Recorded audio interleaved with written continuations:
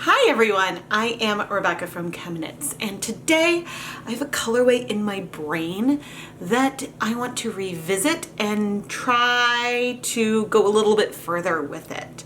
The colorway I'm talking about is my Falling Leaves colorway from the October 2020 ChemKnits Dye-Along live stream. There we created these beautiful fall colors, but I thought I could take it a little step further and get something that is even more saturated and pump up that volume in the colors. And that's what I wanted to give a shot today. Before we dive in, I want to give a huge shout out and thank you to today's lab partner, Lene. Lene, thank you so much for being a lab partner, and I really hope that you're gonna love this yarn. If you, as a viewer, would like to learn more about how you can support videos and get shout outs and yarn, go and check out the listing in the ChemKnits Creations Etsy shop. Today we are going to dye both Knit Picks Swish DK, which is 100% superwash merino, and Knit Picks Stroll fingering weight yarn, which is 75% superwash merino, 25% nylon. I am going to pre-soak the yarn in some plain tap water with no acid for at least 20 minutes. We're going to dye 600 grams of yarn today, 3 skeins of DK in this pan and 3 skeins of the stock yarn in the pan right over there. That'll be off camera, but I'll be doing the exact same technique. In the pan, I have about 16 cups of water and 3 tablespoons of white vinegar. But when we increase the water level, I want the yarn to have space to move, which will allow the colors to spread throughout the yarn. Today we will be playing with 4 colors of Dharma acid dyes in Golden Poppy, Saffron Spice, Forest Green, and Plum Dandy. These are the same colors that I used previously.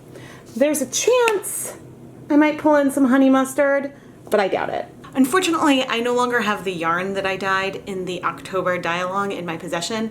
I actually just shipped them out this morning, but I do have the photos, and so we will see if we feel like it's more saturated or if we feel like I just recreated the colorway. But I'm going to attempt to go bigger with the amount of dye in the pan.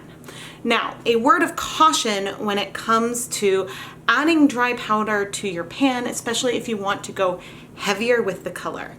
You really want to make sure as you're doing this that the color is well spread out. You don't want to take like a 1/4 teaspoon of dye and just dump it in the water.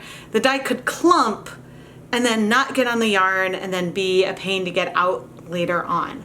So we still want to gently add the powder to the water, to the yarn, but I just want to do more of it. So maybe it just means we go around, we add a layer, move it around, add more, move it around, versus just once. Hope that makes sense. I would like to remind everyone that all of the equipment and tools that we're using today are dedicated for the dyeing of yarn and are not ever used in the preparation of food. And since we will be dealing with acid dye powder, I will be wearing a respirator mask, safety glasses, and gloves while we are dealing with the powder. So with our 16 cups of water, there's enough water here that things aren't completely compressed. If we had less water, the yarn actually would be more compressed in itself down at the bottom. But since we have a bit more water, things can move a bit more. And I actually think I want to do the first round of color while things are cold. I honestly can't remember if I did it this way in the live stream or not. But let me go get suited up and then I'll explain my rationale. And I do have another skein of yarn that I pre-soaked in some vinegar on hand as a yarn mop to wipe my gloves off during the process. I am going to start with the Golden Poppy, and I'm going to pretty much add it a little bit all over. My rationale for starting cool is so that way the dyes can spread out a bit more. And I want the colors to be able to spread. I don't want things to strike as fast. We could end up with some speckles from this, but things are more going to spread out, especially when I come in with a spoon to help it. And so this will just allow me to work a little slower at first. Okay, now I'm coming in with my spoon. And this is not very much color at all, but we are just starting with a baseline of color. And if we look down, it's not spreading far, and I'm going to come and add more of the same hue, but it's just giving us a little starting place for some of these colors to just remove some of the white. And the mixing also helps, I think, some of the other colors that we're using. Now, you do want to make sure that your gloves are dry before going back into the powder. And now I am coming across heavier with this color, but I'm still working to spread it out as much as possible. There are a couple areas where it is a little more clumped, but the goal is to reasonably spread it out. Now, right now I've added the color in these lines, and that is fine, but the goal is, again, going to eventually be to intensify the color, and I will be adding the other colors in more random patches. The goal each time is to make sure that I have some of every color all over. And so that is some of our rationale. And this color here is not very concentrated. I mean, we've got a good amount of pigment, but this is sort of our base. If we're going to have light and dark, I prefer the light to have some of this hue. It's good to know that I can do this and it's still a very nice yellow orange versus getting too orange. In case I want to intensify the overall color at the end, that's the color that I can use. Next, I'm coming in with some Plum Dandy, and I am sprinkling it on the yarn. The goal is to make sure that there is some of this color all over the yarn, but I'm adding it more in little sort of pockets and patches this time than I did the last one, with paying some attention on areas that have less color overall. When I step back to go get the spoon, I'm just wiping my hands on our mop. You can see that the Plum Dandy is looking like a pretty deep purple there. It does warm up when mixed with some of these other colors. And so I am now, again, some speckles are fine, but we're mixing it down and in. And this is going to let it spread a little bit, but we'll probably come and add more color to these areas as we start heating things up. The other nice thing about starting cool is that we do not have, there's no steam yet, which is very convenient. And then coming in with my spoon, helping move this color through. I don't want it to spread a ton, but I do want it to go down below at least a bit. But I think I could still go more intense with some of these colors, but I think for that to start adding a lot more, I will want to wait for the yarn to start heating up. But for now, I am very, very happy.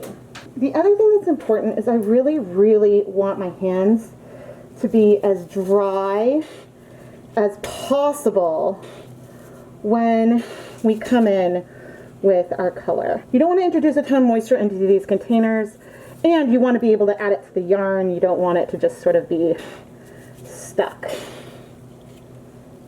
And again, I'm focusing on the lightest patches, going a little bit all over. I'm going to come in with a little more, layering on to those same areas. I dream someday of having a stove where I could easily stand and show you guys both burners at the same time. But right now that is rather difficult. Yeah, because in order to show you guys everything, I'd have to have the tripod where I am standing. Now some colors might shift a bit as they dissolve, and it's easier to dissolve some colors in warm water than it is in cold water. So at this stage, I'm going to start cleaning things up. And we'll keep an eye on it and come back in as soon as I start seeing steam.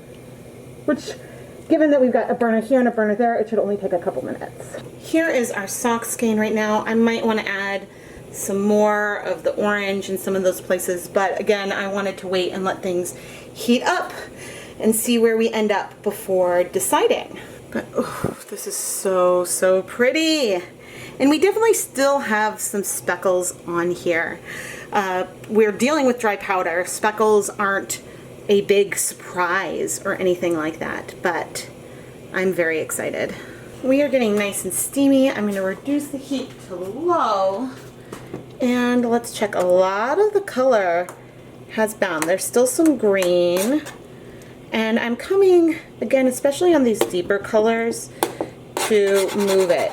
And there might still be some on the edges, but a lot of it, in just not very much time, has already struck to the yarn. I was focusing mostly on our yellow, I was focusing mostly on checking the green and our plum dandy, because the orange and yellow, I don't mind if they spread all over the place. But let's take these tongs and our spoon to look. And we do have some amount of color going all the way down, and even our green, we've got it going down multiple layers already.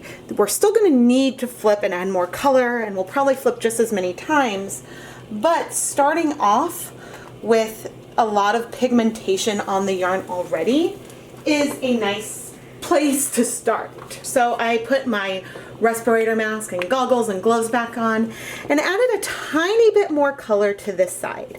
In some places I wanted to add more punch to that green, and some a little more to the plum dandy, and some a little more, actually some more golden poppy, because I wanted to keep some of that more yellow but intensify it a bit on our yarn. I already feel like we are more saturated. I think, well, I'll hop back in front of the camera, but let's let this sit for 10 minutes. Sometimes when I'm going for a really saturated colorway, I get nervous and I stop a little bit too soon, which is why I thought the colorway I created the first time with these colors was a hair too light. So I'm dyeing until the colors feel really, really deep. It can be easy to forget that colors will be a few shades paler once they are dry than what you see when they're wet.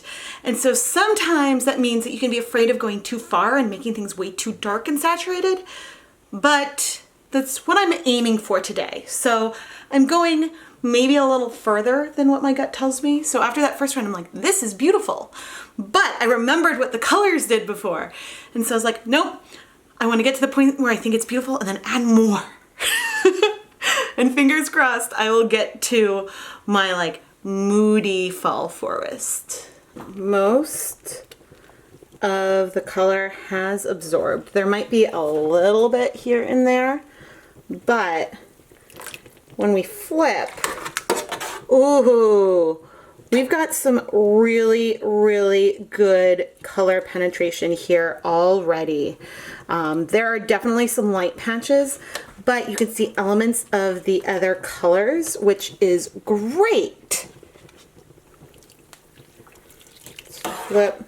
And as I'm doing this, we might need to, I will probably still end up flipping like 3 to 4 times just because I want to end up with nice coverage and I want to keep it deep, but it's always, I always get satisfied when it works. Okay, here we go. Yeah, so we will probably still move things a fair number of times, but this is good, especially because we're going for something really, really saturated. Now it's time to add more color. And looking back at the Halloween video from earlier this year, I used the color that had come through as a guide for the placement of some of that Forest Green and Plum Dandy, just because I don't want things to blend too much beneath. But in some paler patches, I might have added a little bit more of either of those colors around. Then I let it sit in the warm pan for about 10 minutes for the colors to absorb and flip the yarn again, sort of moving it inside out and paying a lot of attention around the ties and just not necessarily even adding color all over, but just sort of spot checking, adding a little bit more color in the places where I thought that it needed it. So that way we could create a complete, saturated, beautiful colorway. Whoo-wee. This is beautiful. I am thrilled. You can still see all these different tones. I have no idea if we're actually more saturated than last time or not. We'll see if I feel like I wish it was more saturated when it is dry. But I am happy. I'm just doing one last little flip. Not all of the color has absorbed.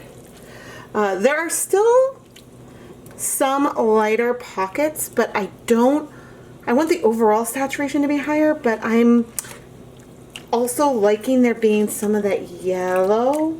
I'm just looking for,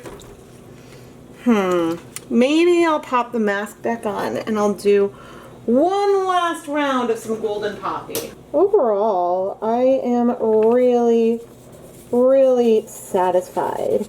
And I will be adding some more liquid and acid in a moment.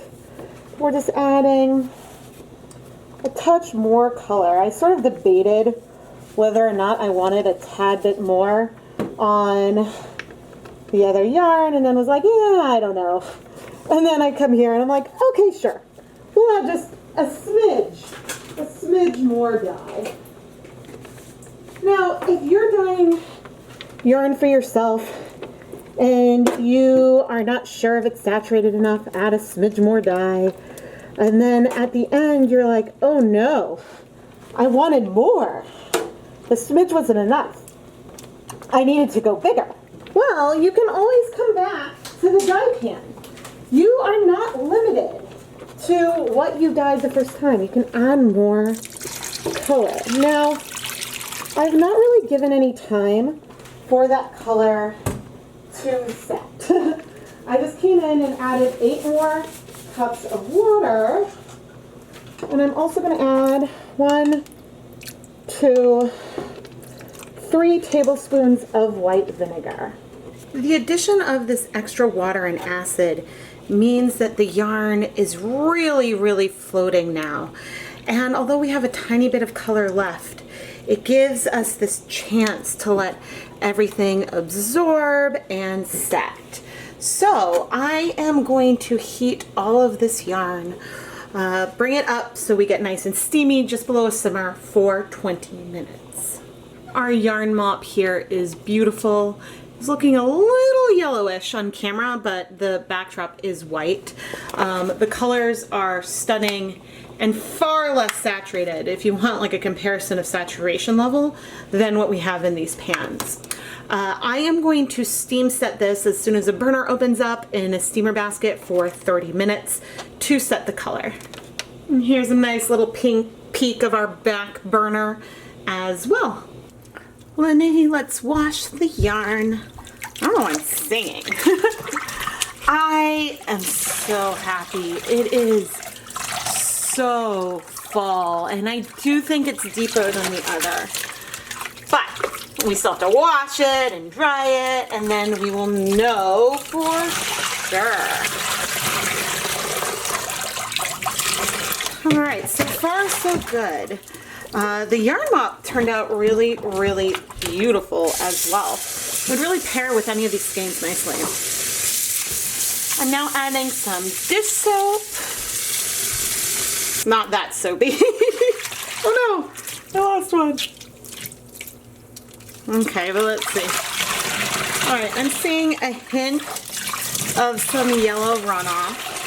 I will rinse this a few times and check back in. All right, let's check in. Okay, I'm seeing almost nothing. And I think that we are good. Oh man. I think in general, whenever you're dealing with any saturated yarn, if it's something that you want to mix with a paler color, I would always do a swatch test, because if your tap water is a little alkaline, it's a little basic, with a pH above 7, you could get to see some bleeding. But my tap water typically runs slightly acidic, so this could be a reason why sometimes I might see less bleeding than you on your own projects. But now I'm going to take this yarn, put it through my spin dryer, and hang it up to dry, and then I will come back and wash the sock yarn, I guess off camera though. I can't exactly definitively say for sure that this is significantly more saturated than the other colorway. Actually, going and looking at the picture, yes I can, yes I can.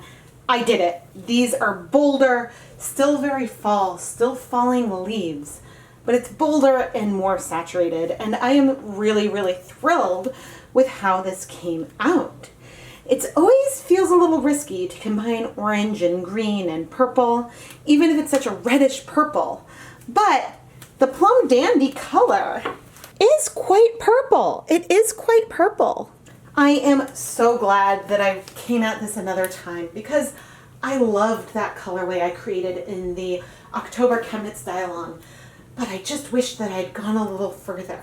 The biggest difference that I did technique-wise was to add the dye, move it around, and then add more in a second round. So versus going heavier with the powder when I first adding it, risking clumping or gelling of the powder, I just went through and did it twice in all the spots, and that made the difference with our saturation. The differences between our fingering weight and our DK are very, very subtle. Overall, I find that these two yarn bases are relatively similar in the way they absorb color, but the DK is a tiny bit loftier just because the plies are larger, and so some of the colors feel softer and a little more spread out than they do on the fingering weight yarn, but those differences are really subtle. The yarn mop is a complete winner. I love this combination of colors all together, and the technique of just taking that leftover dye and wiping it is so random, and this is something that I try to do with intent, and it works, but not quite as well as when my mind is focused on another colorway. So I really hope you enjoy these random ones as much as I do, and actually this pairs so well with the other colorway that you could use them together in a project and it would be magical. Lene, I hope that you are really excited for this saturated fall, mystical fall, falling leaves, autumn colorway. I am so excited. I absolutely love how this came out, and let me just tell you that this video inspired me to play with some of these combinations a little bit more. But you're gonna need to stay tuned until Friday to see that video. Lene, thank you so much for being today's Dyepot Weekly Lab Partner. Again, I really hope that you enjoy the yarn, and thank you so much for supporting this video. If you as a viewer want to learn more about how you can become a lab partner, get shout outs, and some yarn dyed in an episode of Dyepot Weekly, go and check out the listings in the ChemKnits Creations Etsy shop. While you're at it, take a look at the rest of the shop as well, because it's filled with hand-dyed yarn featured in all of my videos. So you can watch me make the yarn and then knit or crochet or weave with it at the same time, which adds another element of fun and handmade quality into your project. And it's a great way to support the content here as well. Oh, the richness of these colors just gets me. I absolutely love it. And this is perfect heading into Thanksgiving week. I hope that however your holiday is this year, that you're going to have a very, very happy Thanksgiving. I know I have so much to be thankful for, and I just want to extend that love and support to all of you. I am Rebecca from ChemKnits, and thank you so much for watching.